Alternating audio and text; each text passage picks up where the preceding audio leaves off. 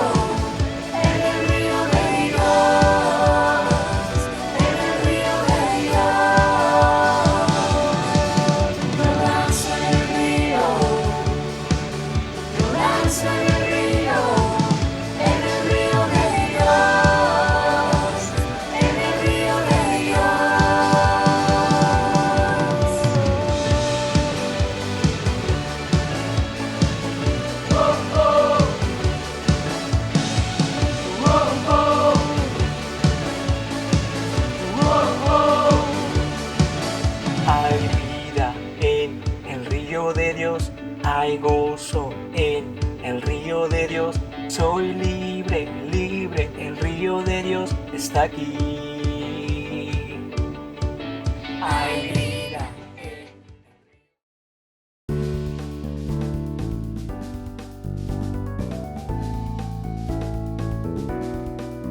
Iglesia Cristiana Celular Misionera.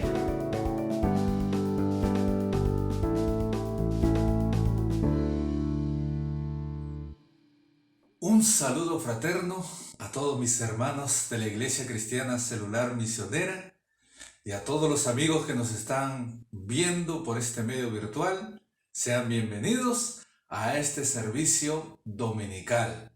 Hoy, como cada domingo, seguimos en nuestra serie Primavera de Esperanza con nuestro pastor César Martel.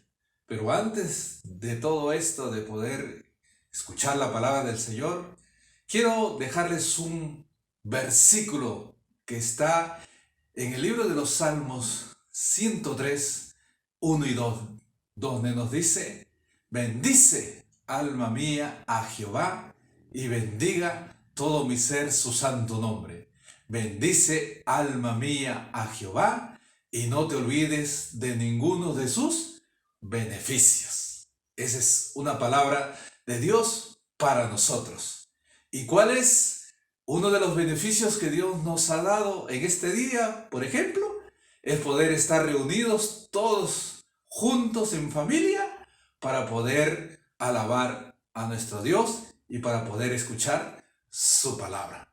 Para eso, les invito a que ustedes puedan ponerse sobre sus pies para poder levantar una oración a nuestro Dios Todopoderoso. ¿Qué les parece? Ahí donde se encuentran, inclinen sus rostros para levantar una oración. Padre, en el nombre de Jesucristo, tu Hijo amado, en este día queremos darte las gracias por tu amor, por tu misericordia y por tu bondad, y porque tú eres bueno, bendito Dios. Gracias, Señor, por este beneficio que nos has dado a cada uno de nosotros, de poder estar presentes, reunidos en familia, para poder alabarte y para poder escuchar tu palabra bendita en el nombre de Jesús. Perdona todos nuestros pecados e iniquidades, que tú puedas tomar el control de todo este tiempo que tenemos para ti, Señor amado. Consagramos nuestra vida, consagramos este tiempo para que tú nos hables y para que nos permitas, Señor, alabarte en este día. Que toda la gloria, que toda la honra y el honor sea para ti, en el nombre de Jesús. Amén, amén y amén. ¿Qué les parece si ahora alabamos a nuestro Dios? Y para eso nos está acompañando el ministerio de alabanza. Adelante, por favor.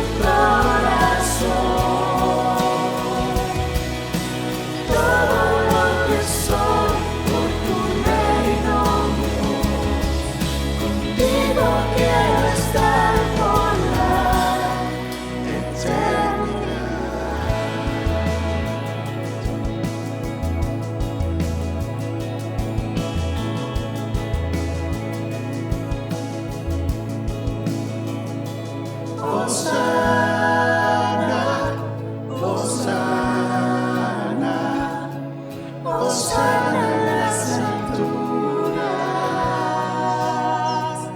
Hosana, Hosana, Hosana en las alturas. Hosana, Hosana, Hosana en las alturas. Hosana, Hosana, Hosana en las alturas. Hosana en las alturas. Hosana en las alturas. Hosana en las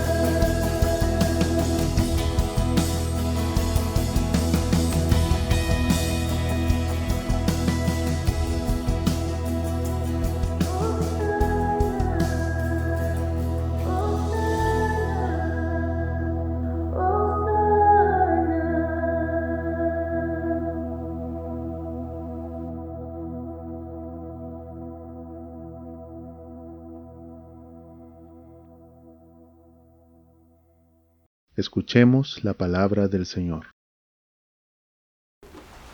Gloria al Señor, amados hermanos.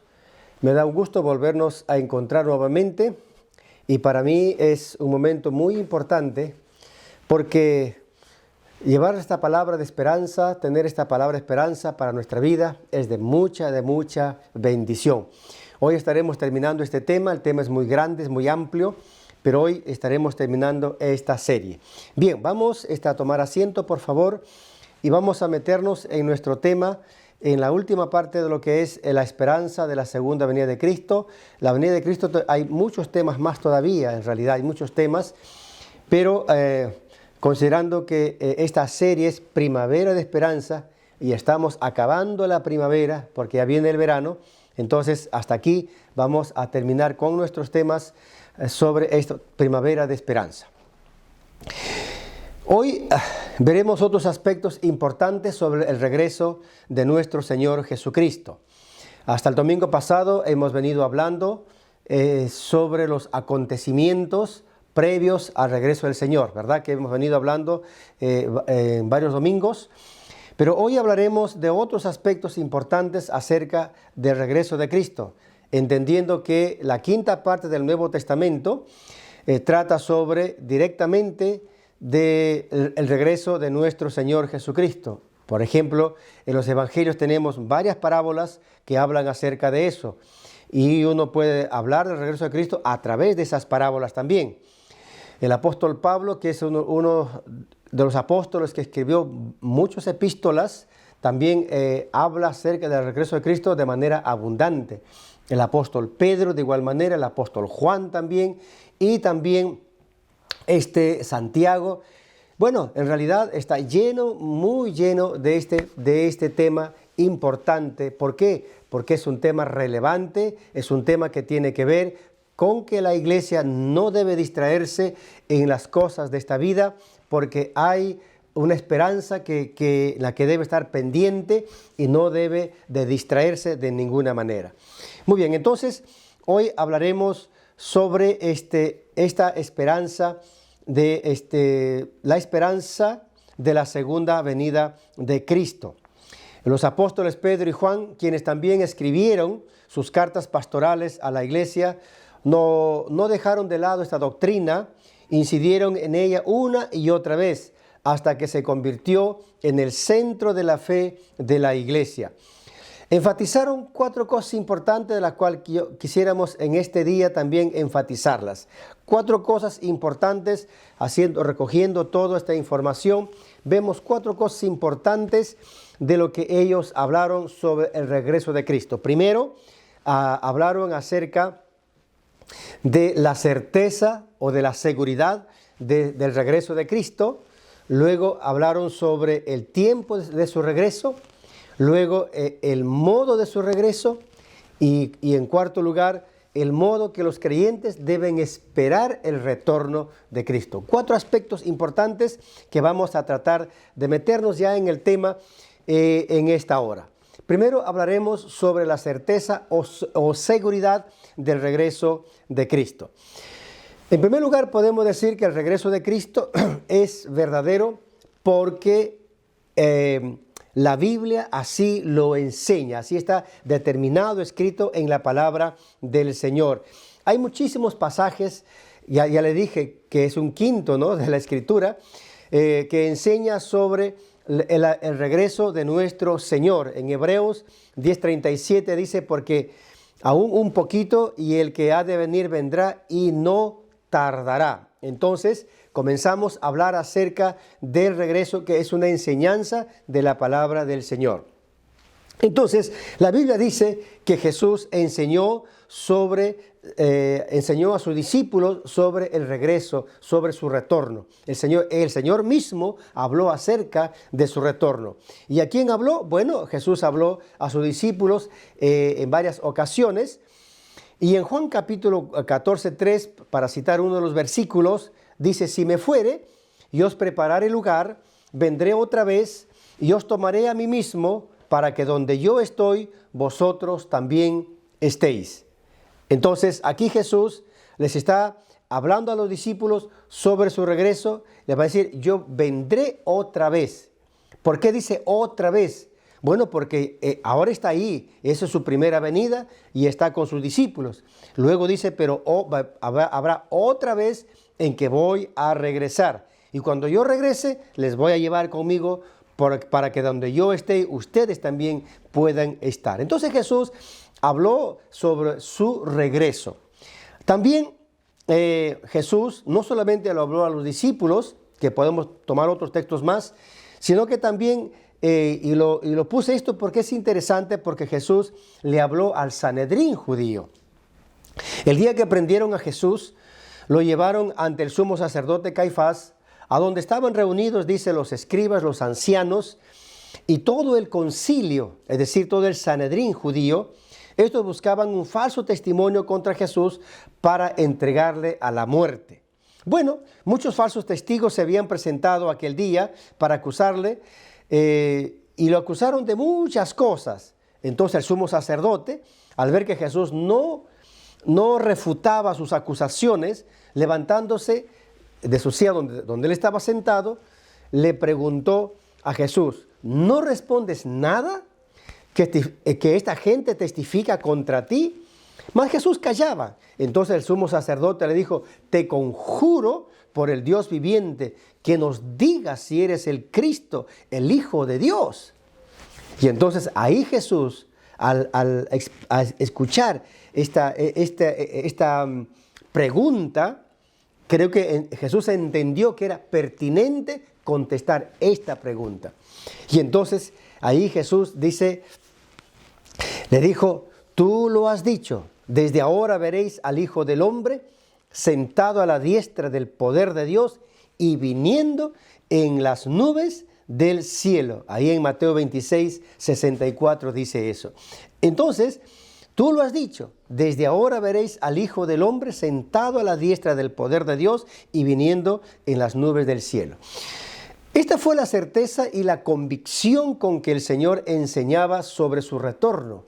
Cada palabra que salía de su boca era verdad, siempre fue verdad. Por eso dijo, el cielo y la tierra pasarán, pero mis palabras no pasarán.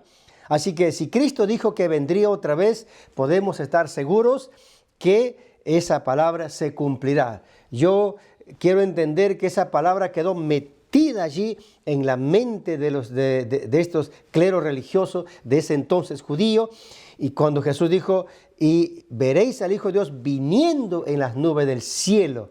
¡Wow! Eso fue impactante, fue contundente en ellos.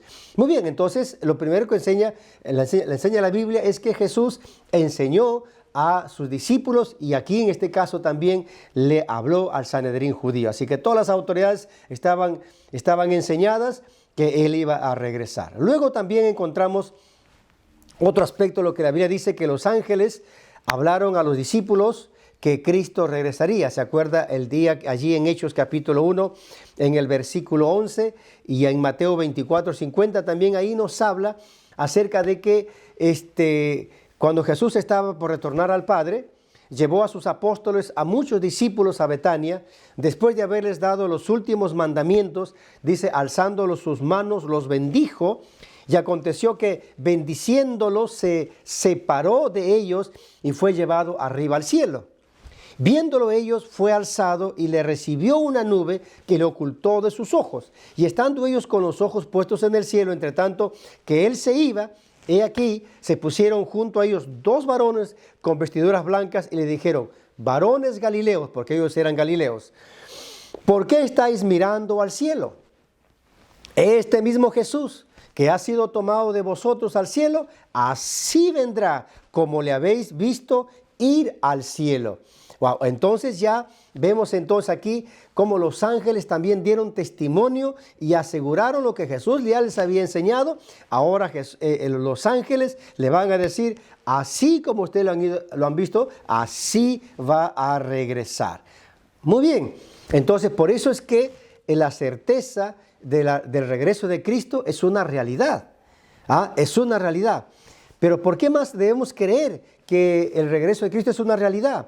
Bueno, porque la Biblia registra la enseñanza de los apóstoles. Los apóstoles también enseñaron sobre el regreso de Cristo.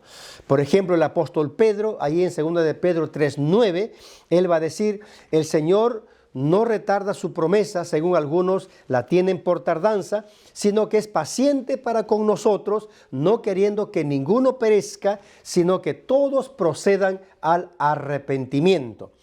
Ahora, y luego allí en 2 de Pedro, en el capítulo 1, en el versículo 16, dice otra cosa, porque no os hemos dado a conocer el poder y la venida de nuestro Señor Jesucristo, dice Pedro, siguiendo fábulas artificiosas, sino como habiendo visto con nuestros propios ojos su majestad. ¿Qué es lo que está diciendo Pedro? Pedro está escribiendo en su carta pastoral a una iglesia impaciente que deseaba que el retorno de Jesucristo fuese ya. Ellos querían que ya regrese el Señor. Entonces, y como no regresaba, decían, ¿por qué se retarda la promesa? ¿Por qué el Señor retarda su promesa? Mira, cuántos años han pasado y no regresa. Y entonces Pedro dice, no es que Él está retardando su promesa. Esa era la pregunta inquietante de la época. Esta pregunta fue una oportunidad para enseñar a la iglesia de ese siglo y a través de ellos a la iglesia de todos los siglos que el Señor no está retardando su promesa de ninguna manera. Seguro que Él volverá cuando se cumpla el tiempo para que Él retorne. Así como se cumplió el tiempo para que Él viniera en su primera venida, cuando se cumplió el tiempo, Jesucristo vino como el Mesías. Muy bien, ahora cuando se cumple el tiempo, volverá otra vez a llevar a su iglesia. Muy bien, entonces, así que el Señor volverá cuando se haya cumplido el número de los redimidos. Mientras esto suceda, dice, el Señor es paciente, que el Señor pacientemente seguirá esperando porque Él no quiere que ninguno perezca, sino que todos lleguen al arrepentimiento. Eso es lo que el Señor espera. Ahora, por otro lado, les dice que la venida del Señor no es un producto de fábulas o que ellos lo hayan aprendido en alguna literatura contemporánea, ni que a ellos se les haya ocurrido este asunto. Pedro es categórico, dice, nosotros vimos al Señor, nuestros ojos lo vieron, estuvimos con Él allí en el monte, cuando Él nos habló acerca de lo que iba a suceder, le preguntamos cuándo iba a suceder esto, nosotros le hablamos, nosotros escuchamos su respuesta, nosotros oímos lo que Él nos dijo. Así que esto no es una fábula ni una doctrina inventada por nosotros, es palabra de Jesucristo. Gloria a Dios. Entonces, Pedro estaba convencido de lo que había escuchado del Maestro. Por su parte, el apóstol Juan también enseñó sobre esta doctrina del regreso de Cristo. Dice, permaneced en Él para que cuando Él se manifieste tengamos confianza para que en su venida no nos alejemos de Él avergonzados. Dice, permaneced en Él para que cuando se manifieste. Entonces aquí está hablando acerca de ese retorno. Dice, y no nos alejemos, dice, no nos alejemos de Él avergonzados. Ahora, el apóstol Juan exhorta a los creyentes a ser fieles a Jesucristo y a su evangelio. ¿Por qué? Porque llegará el día en que el Señor va a regresar, va a volver y debe encontrarles a todos fieles, perseverantes en el camino de Dios. Ahora, Juan dice, no está bien que ese día que cuando el Señor tenga que venir, ustedes tengan que alejarse avergonzados. ¿Por qué? Porque abandonaron el camino del Señor. Y eso no está bien. Los que abandonan el camino del Señor son cobardes. Y eso no está bien. Ningún cobarde puede entrar en el reino de los cielos. Y él ya había escrito en Apocalipsis, en el capítulo 21:8, ahí da una lista de personas que terminarán en el lago de fuego. Y quienes encabezan esa lista, ¿quiénes son? Los cobardes. Y entonces Juan dice, yo no quisiera que ustedes terminen ahí. Así que sean fieles a Dios.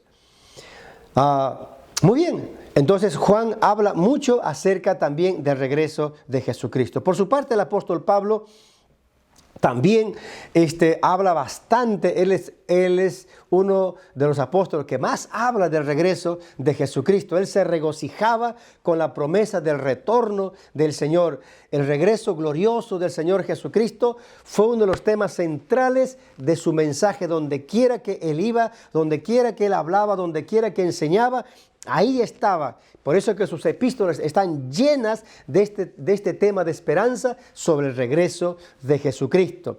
Y ahí en 1 Tesalonicenses capítulo 5 dice, sabéis perfectamente que el día del Señor vendrá así como ladrón en la noche. Por tanto, no durmamos como los demás, sino velemos y seamos sobrios. Esa es la manera como que exhortaba. Entonces, estos pasajes nos hablan acerca de la certeza, de la seguridad y la convicción que todo creyente debe tener sobre el regreso de Cristo. No debe haber una sombra de duda en nosotros que si regresará o no regresará. No, acá dice que va a regresar. Ya vemos que Jesús enseñó, los ángeles hablaron, los apóstoles enseñaron, de modo que el regreso es una realidad.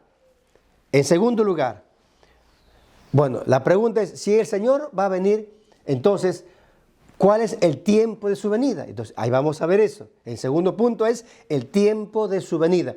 ¿Cuándo vendrá el Señor? Ahora, es importante esto. Mira, acabamos de ver entonces que el regreso de Cristo es una verdad, es una realidad, y eso debe estar metido en nuestro corazón. Jesús fue claro y muy contundente en lo que Él iba a regresar. También los apóstoles enseñaron así. Ahora escuche esto. Sin embargo, el tiempo de su venida no está determinado. El tiempo de su venida no está señalado. ¿Por qué? Porque dice el Señor allí en Marcos capítulo 13, versículo 31, Jesús está hablando esto y dice, pero de aquel día y de la hora nadie sabe, ni aun los ángeles que están en el cielo, ni el Hijo, sino el Padre. ¡Wow! ¡Qué tremendo es esto! Entonces, ¿cuándo será su venida? No sabemos. Porque Jesús dice, nadie lo sabe, solamente mi Padre lo tiene en su propia voluntad y solamente Él sabe eso. Nadie más, ni el Hijo sabe, solamente el Padre. Ahora, si es así, entonces podemos, si por ahí se levanta un profeta, como hablamos de los profetas el domingo pasado, por ahí se levanta un profeta diciendo, el Señor va a venir tal fecha. ¿Lo debo creer? No. Acá dice, nadie lo sabe, solamente el Padre. Nadie lo sabe. Entonces, por eso es que las personas tienen que estar preparadas para esperar al Señor. Porque nadie lo sabe. Nadie lo sabe. Sin embargo, han habido en el pasado, pues, profetas. Ya les digo, siempre han habido profetas. Les dijimos el domingo pasado. Por ejemplo, se levantó un hombre llamado Guillermo Miller, que con el tiempo llegó a ser uno de las personas que fundó la Iglesia Adventista, ¿no? En 1843, en el siglo XIX, él dijo que Jesucristo vendría en 1843 y no vino. Luego, en el siglo XX, se levantó Russell de los Testigos de Jehová, quien fundó los Testigos de Jehová. Él dijo que vendría en el 1914 y no vino. Y entonces, y así han ido apareciendo personas, y Jesús no ha venido. La pregunta es ¿por qué? Porque nadie sabe su venida. Así que si por ahí dicen, no, mira hijito, prepárate porque yo ya vengo, ya la próxima semana voy a venir, o fin de año, o qué sé yo. No, nadie sabe. Tenga cuidado, nadie sabe. Entonces, es importante entender eso. Entonces, ¿cuándo será su venida? Nadie lo sabe. En tercer lugar, la forma de su venida. ¿Cómo será la forma de su venida? Ahí sí es interesante que nosotros prestemos atención a la forma de su venida. Aquí en el Nuevo Testamento, el Señor nos da una serie de detalles sobre la forma de su venida. Primeramente, ¿cómo será la venida del Señor? Primero, será visible. ¿Cómo será? Visible. Escuche eso, será visible. Entonces, dice aquí, ya leímos Hechos capítulo 1, versículo 11. ¿Qué dijeron los ángeles? Bueno, los ángeles dijeron, así como habéis visto que se fue, así mismo volverá. Quiere decir que los ojos naturales, ya no los espirituales, los ojos naturales verán al Señor que regresa. Así como lo vieron los discípulos y los 500 discípulos y hermanos que estuvieron allí despidiendo al Señor, lo vieron allí que el Señor se fue. Con esos ojitos lo vieron de manera visible. Así también dice que lo veremos cuando Él retorne. Muy bien, entonces por eso es importante eso. Y luego Juan va a escribir en el libro de Apocalipsis, en el capítulo 1, en el versículo 7 va a decir, he aquí que viene con las nubes. He aquí que viene con las nubes. Y luego dice, y todo ojo lo verá. Todo ojo lo verá. Ahora, cuando dice todo ojo, quiere decir que todos estarán enterados que el Señor vino, que Jesucristo regresó. Todos estarán enterados que el Señor volvió. Todo ojo lo verá.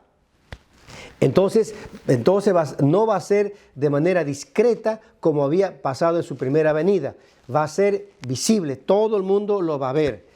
Así que nadie tendrá que estar adivinando la forma de su venida. Ya está establecida. Dice que todo ojo lo verá. La generación que esté viva en ese tiempo, entonces tendrá el honor y el privilegio de verlo venir en las nubes. Solo que muchos no podrán sostenerse sobre sus pies por el resplandor de su gloria. ¡Wow!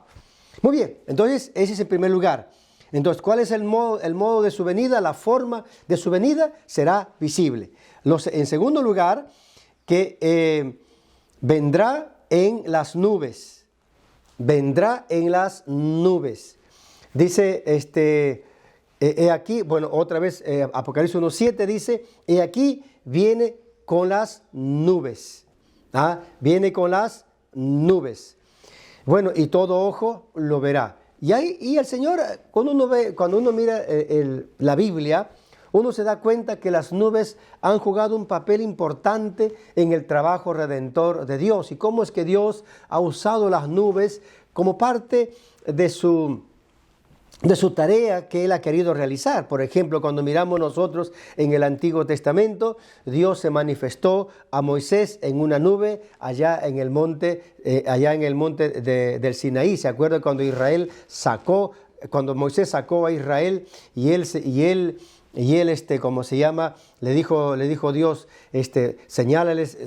ponle señales allí para que nadie vaya a traspasar. Y todo el mundo salió a ver la manifestación del Señor y dice, habla de una nube espesa, ¿no? Y ahí el Señor con voz de trueno comenzó a hablar al pueblo.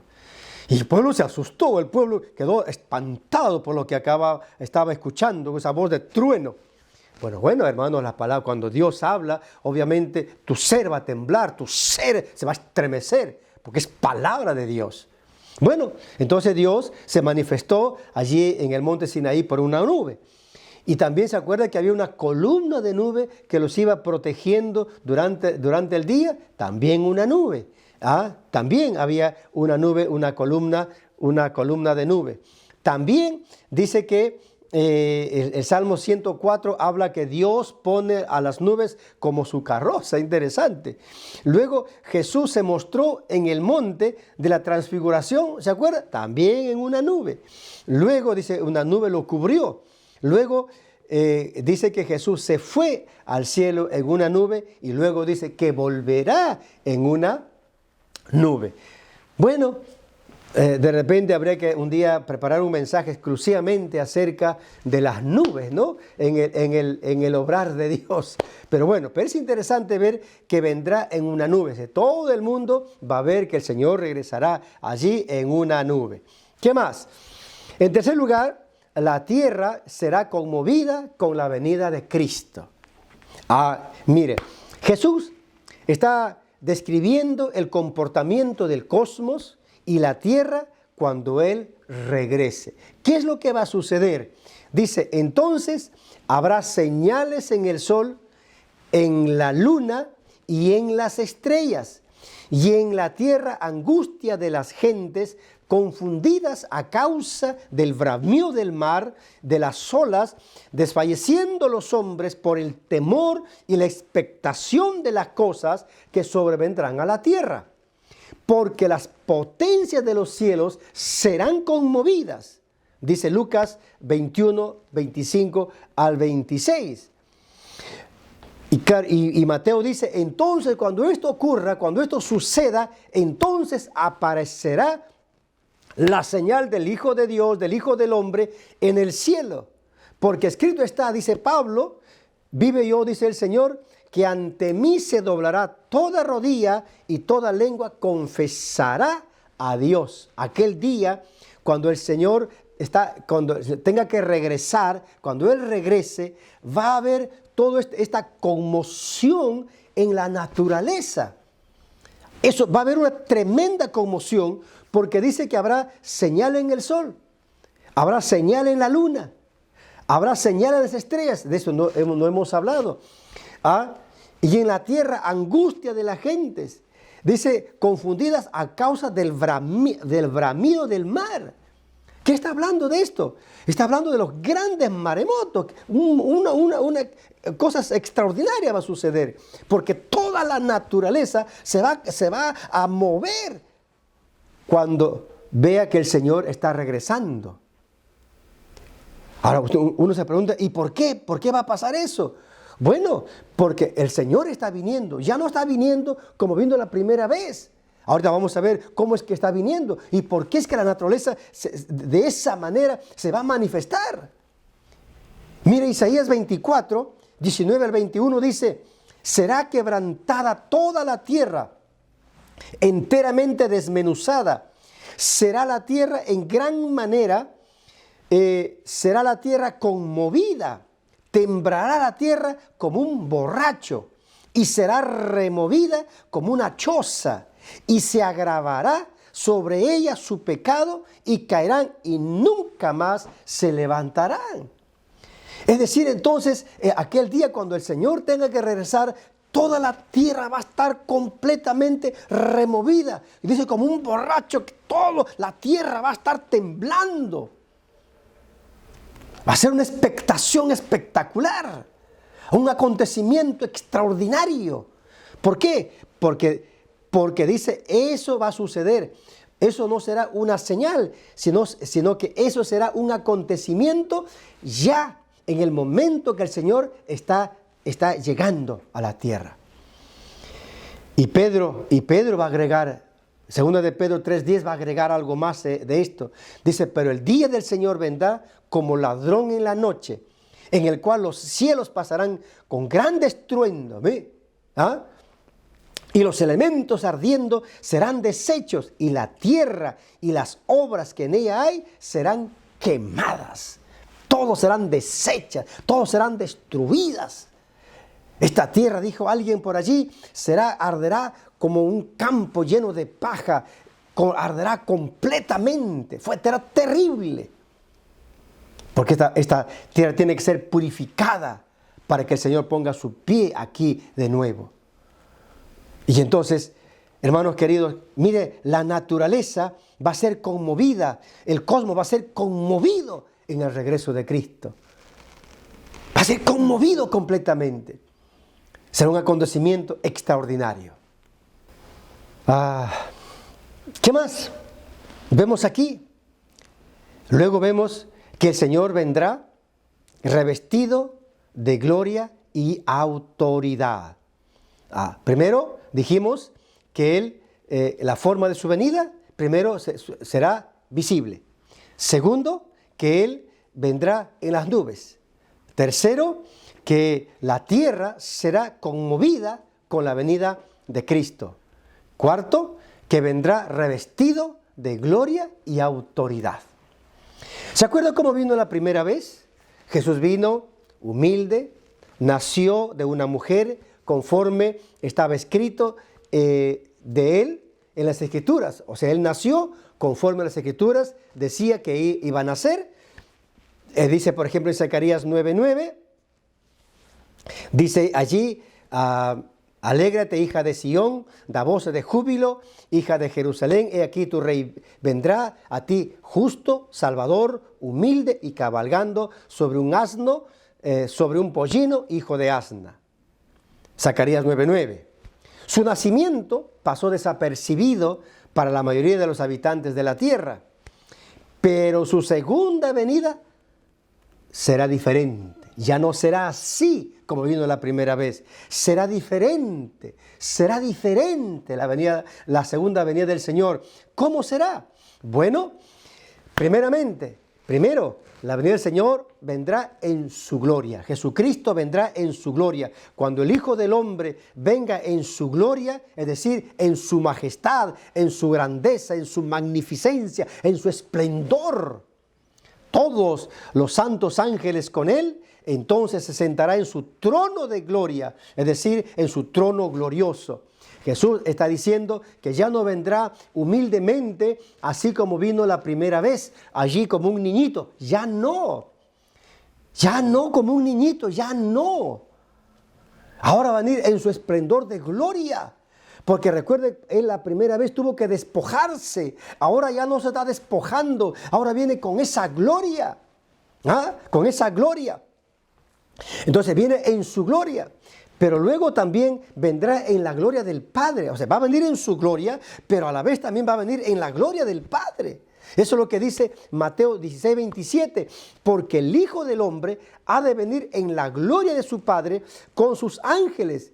Y Jesús le había dicho, con aquella gloria que tuve contigo antes que el mundo fuese. Allí en Juan 17, Jesús estaba diciendo que antes que el mundo sea, Él tenía una gloria con el Padre, pero que tuvo que despojarse para llegar a ser hombre.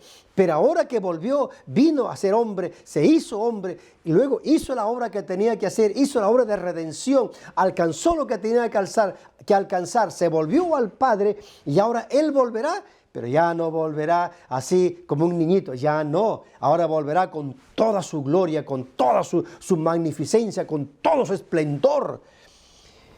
¿Y sabe una cosa? Por eso es que, y Pablo lo llama a esa gloria, lo llama llama de fuego.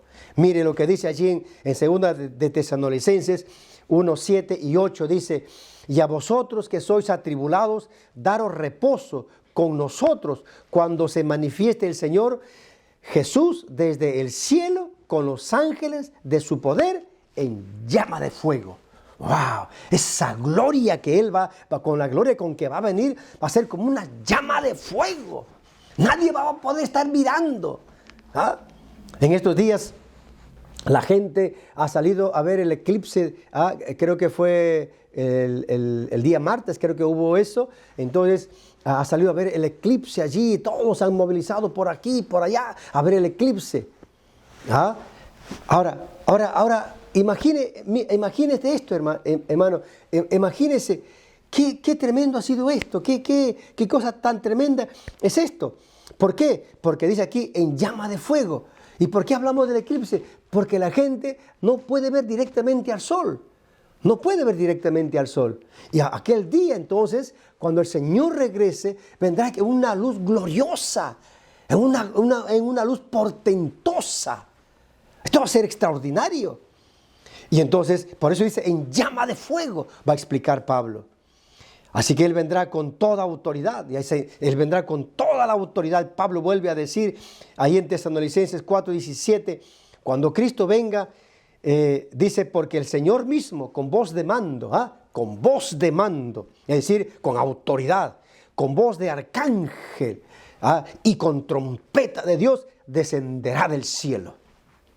Usted se imagina esa majestuosidad, esa gloria del Señor con voz de mando, que adelante, nos habla como que un rey viene sentado, como un rey viene cabalgando y Él va adelante, como eran los reyes. Antiguamente los reyes salían adelante hacia la batalla, hacia adelante, hacia la guerra, la conquista.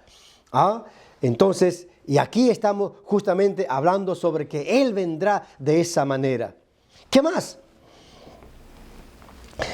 También nos habla aquí que ¿qué hará el Señor cuando regrese? ¿Qué sucederá cuando el Señor regrese? Bueno, Él va a transformar, dice, este cuerpo de humillación. ¿Se acuerda que hablamos eso también? Entonces, Él va a transformar. Una de las primeras cosas que el Señor va a hacer es transformar a sus hijos, a los que han creído en Él, a los que tienen el sello de la salvación, a aquellas personas que murieron creyendo y con esperanza del regreso de Cristo.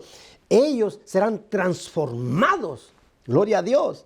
Entonces, ellos serán transformados, lo que dice aquí Filipenses 3:20, el cual transformará el cuerpo de la humillación nuestra para que sea semejante al cuerpo de la gloria suya. Eso hará el Señor cuando Él regrese. Lo primero que va a hacer es transformar, es levantar a los muertos en Cristo. Todo lo que la gente que murió en Cristo, creyendo en Cristo, que tienen el sello de la salvación, los levantará y los transformará este cuerpo de humillación en un cuerpo de gloria semejante a la de Él. Por eso es que nosotros podremos estar delante de Él. ¿Por qué? Porque tendremos un cuerpo semejante a la de Él. Así como Cristo cuando vino en su primera vez ha tenido un cuerpo como nosotros semejante al de nuestro, nosotros también tendremos ahora un cuerpo espiritual semejante a la de Él. ¡Gloria a Dios! ¡Qué maravilloso! Entonces allí, hermanos queridos, eso hará el Señor cuando Él regrese acá. ¿Qué más? Entonces, todas las personas, queridos, que viven con esta esperanza, los que caminan con esta esperanza, tienen que esperar al Señor. Tenemos que esperar al Señor de la manera que el Señor quiere que lo esperemos. Finalmente, encontramos el modo que los creyentes deben esperar su regreso. ¿Cómo debo esperar al Señor? ¿De qué manera debo esperar al Señor? ¿Hay alguna forma específica en que yo debo esperar al Señor? Si el Señor dice que va a regresar, ¿cómo deben los creyentes esperar el retorno de Cristo? Bueno, Los que de veras lo esperan toman decisiones claras en su vida, y aquí vamos a ver algunas decisiones que deben ir tomando. En primer lugar, las personas que esperan al Señor deben tener una línea separatoria, han trazado una línea de separación con el mundo. Paso número 1, el creyente que espera debe trazar una línea de separación con el mundo. Tiene que tomar decisiones, definiciones. Y dice, y aquí encontramos nosotros en la palabra del Señor, dice, porque la gracia de Dios se ha manifestado para salvación a todos los hombres, a todos los hombres. ¿Qué significa?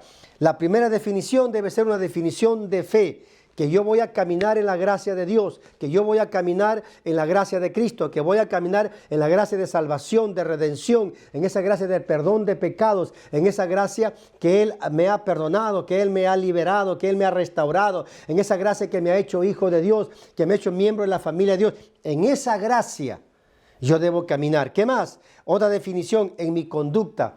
Yo ¿cómo lo voy a esperar? En mi conducta debe ser diferente. Pablo dice, enseñándonos que renunciando a la impiedad y a los deseos mundanos, vivamos en este siglo sobria, justa y piadosamente. Aquí encontramos dos cosas importantes. Primero, debemos renunciar a la impiedad y a los deseos mundanos. Eso es número 1. Y número 2, debemos ser sobrios, justos y piadosos. Toda persona que espera al Señor no puede vivir enredado en la impiedad, no puede vivir envuelto en la iniquidad. Dice que debemos vivir separados de todo eso y debemos vivir sobre todo con sobriedad y con justicia.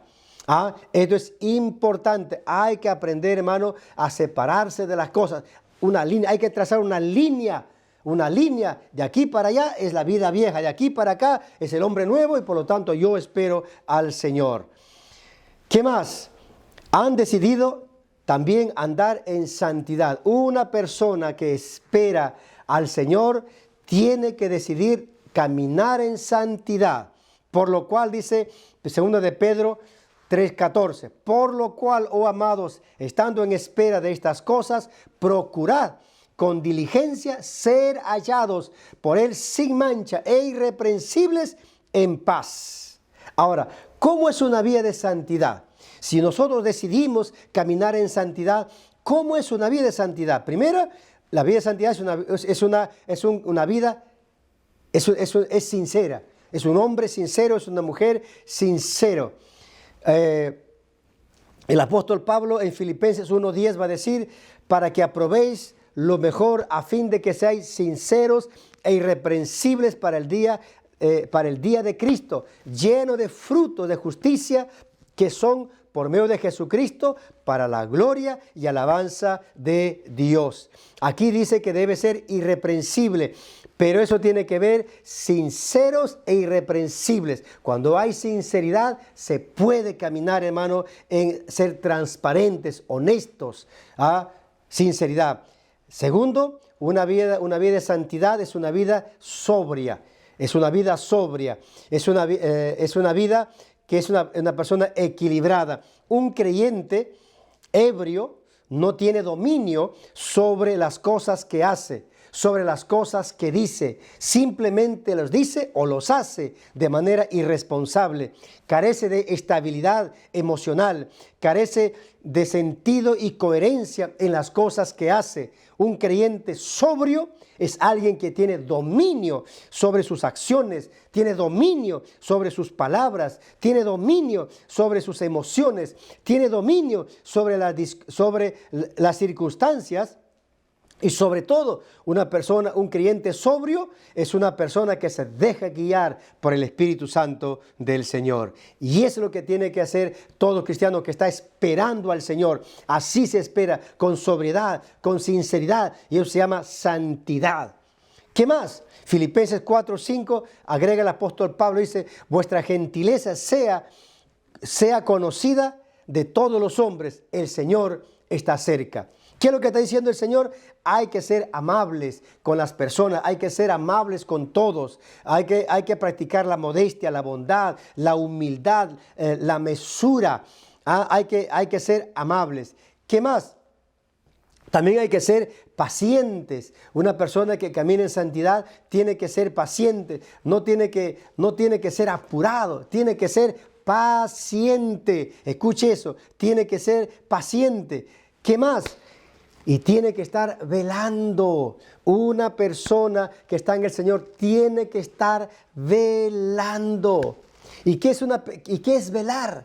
Velar es estar atento a los acontecimientos que ocurren a nuestro alrededor y en el mundo donde vivimos. Estar velando, atento. Velar también es estar pendiente, atento a la llegada de alguien importante. Los acontecimientos y señales que hemos hablado son anuncios de la llegada de nuestro Señor Jesucristo. Si usted no está atento a estas señales o las pasa por alto como cualquier otro acontecimiento, es posible que se encuentre distraído. El Señor dice que hay que estar atentos, hay que velar, hay que estar velando. Muy bien. Ahora, la pregunta es, ¿por qué debemos velar? ¿Por qué debemos estar velando? ¿Por qué Dios nos manda a velar una y otra vez? Primero, porque no sabemos el tiempo de su regreso. Segundo, porque no sabemos ni el día ni la hora en que vendrá. Tercero, porque debemos estar preparados para recibirle cuando Él regrese. Cuarto, debemos esperarlo con expectativa, no de cualquier manera. Quinto, es que debemos esperarlo con anhelo. Y sexto, debemos esperarlo con fe y confianza. Con mucha confianza hay que esperar al Señor. Muy bien. ¿Y qué más? ¿De qué otra manera el cristiano lo tiene que esperar? Lo tiene que esperar trabajando. No podemos estar sentados. Voy a esperar al Señor. Hermano, ¿qué estás haciendo? Estoy esperando al Señor. No, el que espera al Señor lo espera trabajando. Y Pablo le dice a Timoteo, en 2 Timoteo 4:1, le dice, te encarezco delante de Dios y del Señor Jesucristo, que juzgará a los vivos y a los muertos en su manifestación. Es decir, cuando regrese en su reino, que prediques la palabra. Entonces, el creyente que espera al Señor tiene que estar predicando y el Señor le tiene que encontrar predicando. Permítame terminar. Concluimos diciendo que el regreso de Cristo es una realidad y no una fantasía. No debemos cerrar los ojos ante esta verdad. Es verdad que nadie sabe el tiempo, ni el día, ni la hora del retorno. Este derecho lo tiene reservado el Padre, como acabamos de decir. Por tanto, no nos toca a nosotros saber los tiempos y las sazones que el Padre puso en su sola potestad. Pero sí nos ha dado a conocer el modo de su venida, que lo acabamos de explicar, que será visible, donde todos tendrán la oportunidad de verlo, porque será impactante, donde las potencias de los cielos serán conmovidos y donde todos verán al Hijo de Dios viniendo en la gloria del Padre. Y aquellos que lo traspasaron lo verán, y todos aquellos que lo negaron y lo ignoraron o lo ningunearon, lo verán viniendo en su majestad de gloria, en su poder, y nadie podrá mantenerse de pie ante su presencia. Pero los que son de Cristo, los que han permanecido, y esto es impactante, los que han permanecido fieles, leales a Dios y a Jesucristo, a pesar de las dificultades, a pesar de las desgracias, de los fracasos y de la injusticia de la vida, y han estado esperándole con expectativa, han amado su venida, los que se han preparado para recibirle, renunciando a las cosas mundanas de esta vida, es decir, han muerto al pecado y a los placeres de esta vida, ellos serán transformados por el poder de Dios y recibirán un cuerpo espiritual, un cuerpo de gloria semejante a la de Cristo, incorruptible e inmortal. Ellos serán manifestados junto con Jesucristo, el Rey de gloria. Ellos serán arrebatados para recibir al Señor en el aire. Gloria a Dios. Es otro tema que quedó pendiente. ¿Sabe una cosa, hermanos? Por eso es importante que usted se mantenga a la expectativa, esperando al Señor. Concluyo. ¿Está usted esperando al Señor? ¿Está seguro? Recuerde, el Señor viene a recompensar a cada uno. Y dice, a los que aman su venida. ¿Usted ama su venida? Si usted ama su venida, dice el apóstol Pablo, el Señor les entregará una corona de justicia. Y no solamente a mí, dice Pablo, sino a todos aquellos que aman su venida. ¿Usted ama su venida? ¿Pero la ama de verdad? ¿Ama su venida? Un creyente debe amar la venida del Señor. Debe amarlo más que a su esposa, más que a su madre, más que a su padre, más que a sus hijos. Debe amar la venida del Señor, porque amar la venida de Dios es amar la vida. Si usted todavía no está en el Señor, esta es su oportunidad para que usted diga, Señor, yo necesito estar allí. Yo no puedo estar excluido de eso. Yo necesito estar allí. Y la única manera para que usted esté allí es que usted tenga el sello de la salvación. Y eso lo da Cristo cuando usted se arrepiente y cuando usted entrega su vida a Él.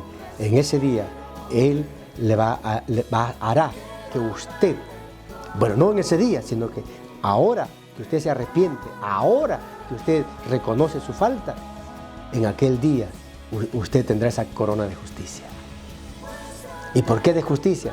Porque habrá alcanzado la justicia de Dios en Cristo Jesús. Muy bien, vamos a orar.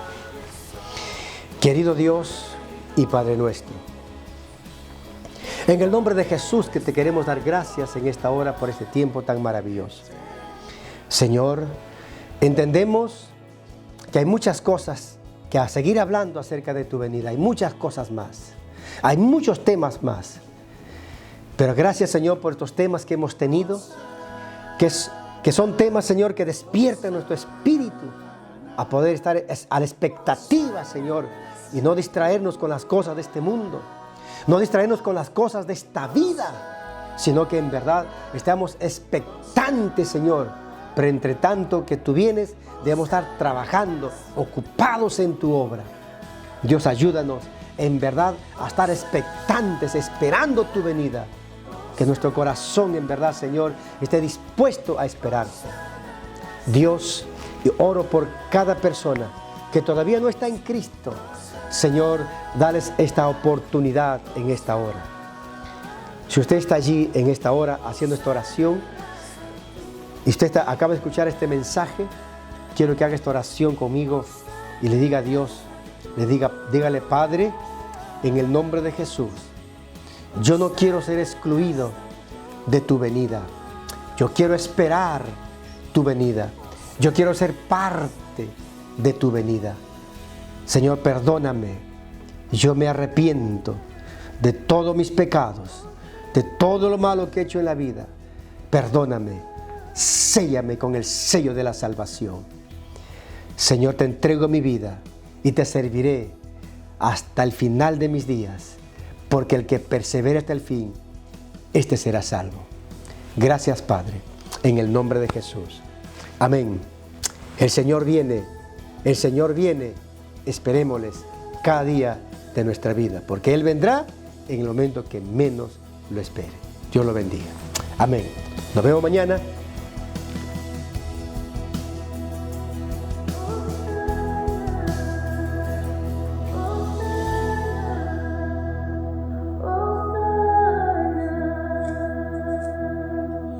Gloria a Dios por su palabra. Mis amados hermanos, nos gozamos en esta palabra que hemos recibido en este día sobre la esperanza de la segunda venida de nuestro Señor Jesucristo. Gloria a Dios. Gracias, Pastor Bartel, por esta palabra. Que Dios lo siga usando y siga bendiciendo su vida para la gloria de Él. Bien, Ahora nos toca darle al Señor lo que Él nos ha bendecido durante esta última semana. Y estamos hablando de las ofrendas, los diezmos y para la obra de las misiones, hermanos. Así que no se olvide lo que dice Proverbios 12:27 en la nueva versión internacional. Dice así: el perezoso no atrapa presa, pero el diligente ya posee una gran riqueza. Así que como cada domingo, nosotros en la familia ya tenemos nuestro ofrendero separado, ya lo que hemos consagrado al Señor también lo tenemos aquí. Usted aproveche para pasar ahí por la familia, por los hijos, por los hermanos, por papá, mamá que están reunidos con usted, también para recoger la ofrenda y poder presentarlo delante del Señor todos juntos a través de una oración. Y no se olvide que este es uno de los medios que nosotros usamos en la casa para poder recoger las ofrendas. También ahí en las pantallas también nos van a salir las cuentas de la iglesia para que usted lo pueda depositar. ¿Está bien? Muy bien. Vamos a presentarlo delante del Señor con mucho amor, con mucha reverencia. Vamos a ponernos en pie y vamos a hacer una oración al Señor.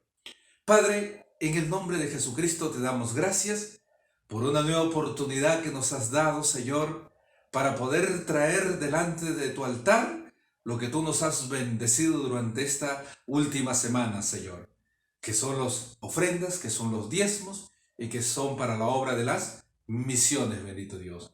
Queremos pedirte que lo recibas como olor grato delante de tu presencia en el nombre de Jesucristo. Amén, amén y amén. Muy bien. Después de haber ofrendado, de haberle dado lo que Dios nos ha bendecido, no se olviden que después de nuestro culto dominical vienen los niños, viene la iglesia infantil, sí, Ijin, como nosotros los conocemos. Y después de ellos va a venir los más pequeñitos de la casa, que son semillitas de amor. Los papitos pueden acompañar a sus hijos, a los más pequeñitos, para que puedan presenciar también junto con ellos toda esta programación que tienen para la edad en los cuales ellos se encuentran. ¿Está bien? Muy bien. Ahora sí, ya nos tenemos que despedir. No, nos despedimos de este lugar, mas no de la presencia del Señor. Y nos vamos a despedir con nuestro lema. ¿Se acuerda de nuestro lema? Sí, ese lema que lo hemos tenido por mucho tiempo en la iglesia y que ya nosotros tenemos que seguir clamándolo, seguir expresando. Estamos en el quinquenio del clamor para la multiplicación de las CFMs y la expansión misionera. Manos a la obra hasta terminar toda la obra. Y también no se olvide al final toda nuestra programación que tenemos durante la semana a través del Facebook y a través de nuestro canal de YouTube. Con nosotros será hasta la próxima. Que Dios me los bendiga y que Dios los guarde y los proteja a cada uno de ustedes. Bendiciones.